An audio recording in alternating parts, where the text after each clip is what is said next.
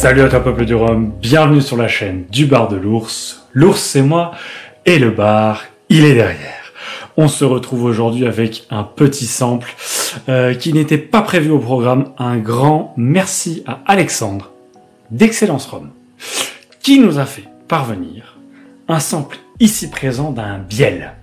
C'est pas n'importe quel biel puisque c'est le biel de la collection Excellence Rhum. C'est le YQM, c'est un 6 ans d'âge.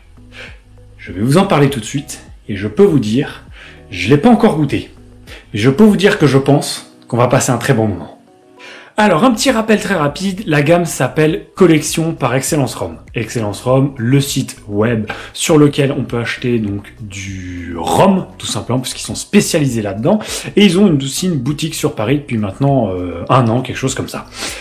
C'était grâce à Alexandre aussi qu'on a vu le petit code promo moins 10% pendant 48 heures pour les 1000 abonnés. Rappelez-vous sur la chaîne YouTube. L'idée dans cette gamme, c'est de sélectionner, de mettre en avant des distilleries et leurs distillats qui viennent en fait des 4 coins du monde. Pas d'ajout, pas de réduction, pas de filtration à froid, de l'authentique. Donc ici, dans cette gamme collection, on est sur un biel YQM millésimé 2012. Il a 6 ans et c'est un brut de fût qui titre à 59,2 degrés d'alcool. Rien que ça. Il a été vieilli intégralement dans des fûts de Sauternes qui viennent du château d'Yquem. Ou Yquem, comme vous le souhaitez, c'est un domaine viticole de Bordeaux. Ils produisent des vins liquoreux et le petit détail c'est que le château il est classé au monument historique. Une toute petite chose dont j'ai oublié de parler, la bouteille, puisque je ne l'ai pas sous la main, puisque c'était un sample que j'ai.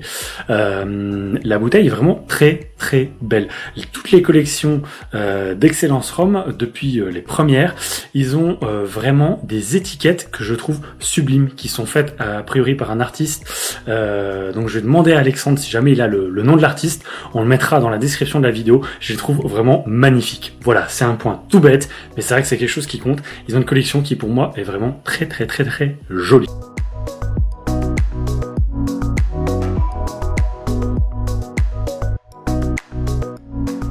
La robe, elle est presque ensoleillée quand on regarde comme ça. Elle fait assez sombre, elle fait très souple dans le verre et ça fait un tout petit peu avec des reflets très légèrement acajou.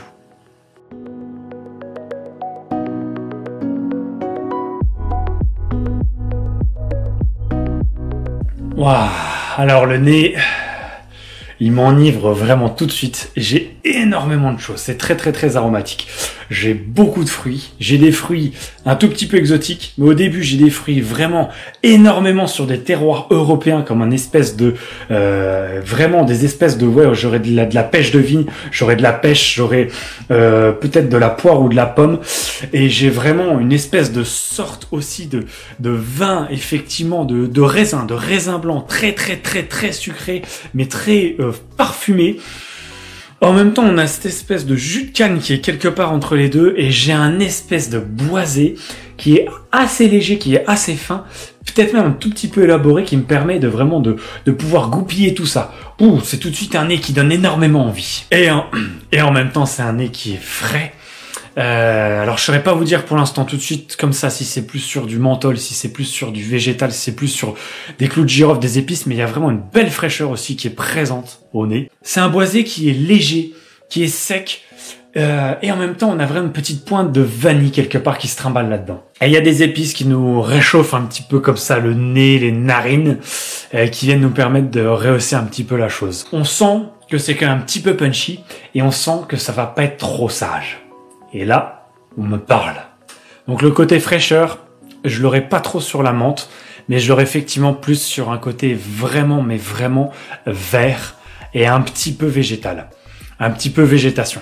En fait, c'est presque un petit peu comme quand tu marches dans une forêt et que c'est le matin très tôt, que tu as encore un petit peu d'humidité par terre. Et ben là, ça fait un petit peu comme ça au nez. Et en plus, on a vraiment tous ces fruits, on a vraiment beaucoup de fruits dans le nez. Et un petit peu rehaussé quand même avec ces épices. Et c'est pas que les épices qui nous rehaussent, mais tu sens quand même, tu sens qu'il y a des degrés. Tu sens qu'il y a un petit peu de choses au nez, tu sens qu'il y a un petit peu de watts. Ça vient nous chatouiller là-dedans.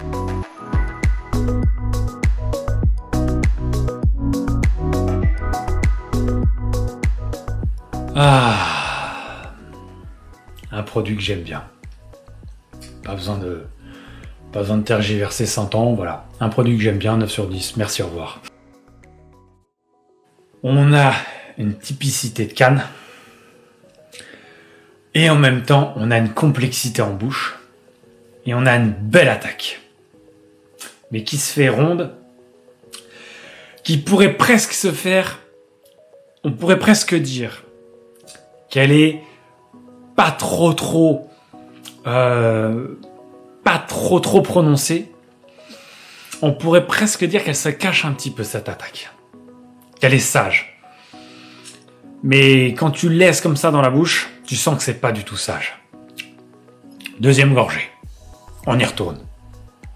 Ouh, c'est frais. C'est bien épicé. Hein. Ça vient quand même te rappeler un petit peu là, dans la langue et les papilles. Et il y a un petit coup de botte qui traîne quelque part. Paf, qui te met un petit coup de pied là, au cul. Les 59 degrés sont présents. Mais les 59 degrés ne sont pas dérangeants. Ils sont même, en tout cas sur cette deuxième bouche, ils sont même très bien mis là-dedans. Et on a vraiment un petit côté fruit. On a vraiment un gros côté fruit qui permet d'enrober tout ça. Ouh. Et on a des agrumes directement citron vert, tout de suite, tu le sens. Oh, il y a quand même une sacrée belle fraîcheur. Et il y a une sacrée puissance, un petit peu vif. C'est une bouche qui est relativement, quand même sur un profil plutôt sec. Oh, j'ai presque même un petit côté, un petit peu presque citronnelle là-dedans. On a vraiment une très grosse puissance. On a énormément d'arômes. On a effectivement quelque chose qui est peut-être un tout petit peu jeune. Légèrement vert. Et en fait, ce qui nous amène vraiment cet aspect de fraîcheur, c'est ce côté agrume, ce côté citron vert, vraiment citron vert. Et on n'a pas du tout un côté poivre, mais on a effectivement un côté épicé qui vient te piquer un petit peu la langue. Pas du tout mentholé, un petit peu végétal comme je l'avais au nez. En fait, c'est plus ce côté presque un peu vert qui nous amène ça. Et on a le boisé qui tourne en même temps là-dedans. Mais c'est un boisé qui est presque un petit peu délicat. Qui fait, oula, attention, me bousculez pas trop avec ces watts qui arrivent à gauche, qui me poussent là, un peu de fruits comme ça là, m'écrasez pas. Mais il est là, il arrive à se faire sa petite place quand même sans être trop grosse patte. Tu vois, il est plutôt avec ses petites mains de velours. Il y a vraiment des fruits exotiques, on aurait presque un peu de banane, mais très verte aussi. Ah, une espèce de marmelade d'orange avec un tout petit peu de coin. Ah, avec un petit piment. Le tout broyé, mais sans rajout de sucre. Peut-être légèrement posé dans un tout petit peu d'eau, dans du bois. Qui vient te piquer. Qui vient te mettre un coup de vif. Mais qui mais vraiment tes papilles t'en redemandent, te disent retourne dedans quoi. Ouais, il y a quand même des grosses notes qui nous permet d'avoir un aspect quand même gourmandise, hein, qui nous permet de vraiment apprécier la chose et de vouloir revenir dedans facilement, même si on a quand même ces 59 degrés qui nous marquent tout ça, qui ont foutent un gros coup de pied au cul, qui ont un gros punch. Gardons-les quand même en tête, hein, ceux-là. Ah, j'ai un petit côté noyau de cerise.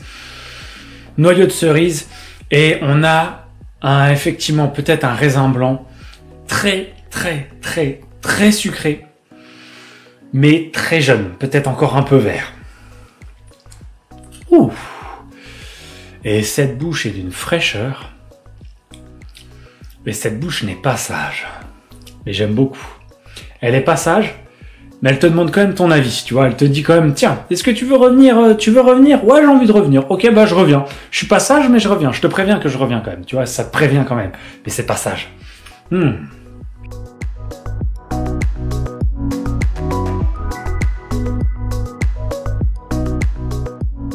La finale, elle est interminable. Elle est magnifique, elle est superbe, elle est somptueuse, elle est sur de l'amande fraîche, de l'amande amère comme ça, avec un tout petit peu de boisé et vraiment de l'épice. C'est très épicé sur la finale. On a presque un boisé qui pourrait même être légèrement résineux en fait. Il y a un côté clou de girofle qui est dans la bouche, mais qui est vraiment très présent dans la finale. Et clou de girofle qui aurait été mis dans un espèce de pain perdu comme ça. Un pain perdu légèrement vanillé, qui est vraiment sur des agrumes. Ça fonctionne très très bien. C'est impressionnant cette fraîcheur qu'on a en bouche et cette longueur qui est interminable. Waouh!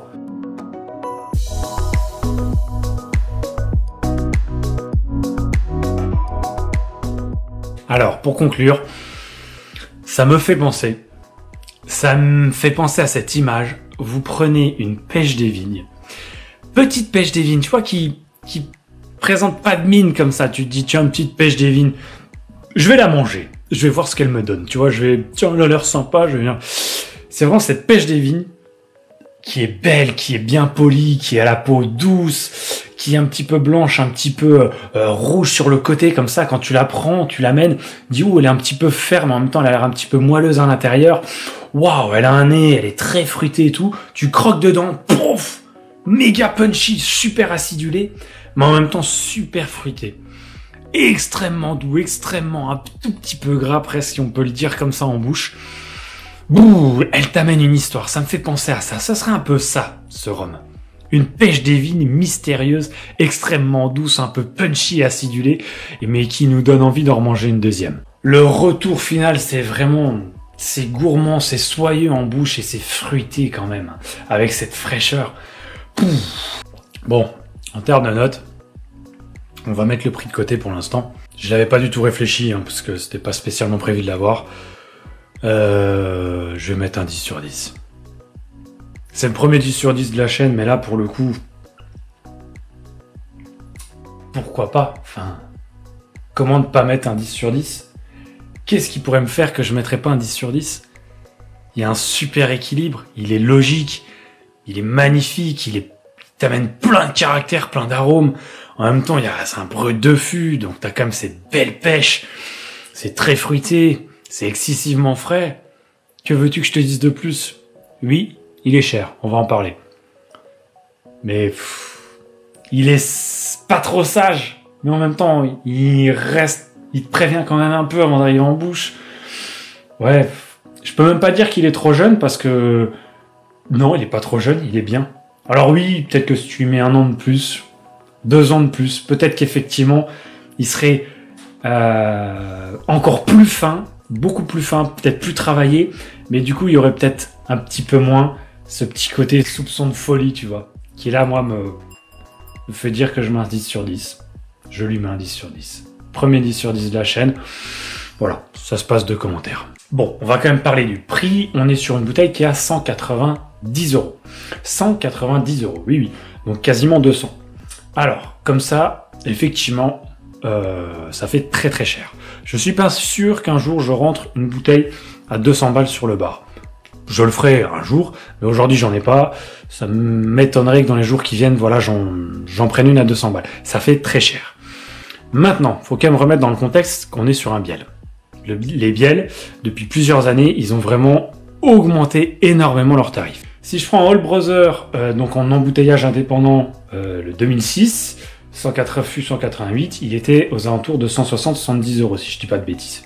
Le Chantal-Comte Biel 55 que j'avais goûté il y a 1 an et demi, 2 ans, au tout début de la chaîne quasiment, que j'avais adoré, qui était un petit peu comme celui-ci parce que ça ressemble à un biel sans être un biel, qui avait ce petit grain de folie comme ça, qui ressemblait un petit peu à celui-là. C'était un 5 ans, celui-ci a un 6 ans, ça ressemblait un petit peu.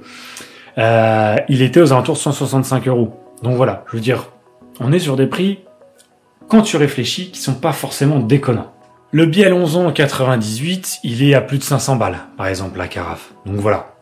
Les prix sont chers sur du biel, on le sait. Il y a bien des gars qui mettent 600 balles sur des Caroni ou 900 balles. Voilà. On met bien des Black Tot à 500, 600, 700 €, 1000 €. Bon, bah voilà. Est-ce qu'on mettrait pas 190 € là-dedans? Pourquoi pas? Moi, aujourd'hui, c'est vrai que j'ai pas de bouteille à 200 balles. Mais, franchement, Peut-être, pourquoi pas. Bon, j'en perds un petit peu mes mots, je crois que j'ai tout dit. On va s'arrêter là-dessus, pas besoin de raconter plus de choses, de raconter plus d'histoires. Merci à toi, Peuple du Rhum, d'avoir visionné la vidéo. Comme d'habitude, n'hésite pas à commenter, partager, liker, venir sur la page Facebook, sur la page Instagram. Moi, je vous dis à très vite pour d'autres vidéos. Et puis surtout, eh bien, comme d'habitude, n'oubliez pas, pas plus haut que le rhum.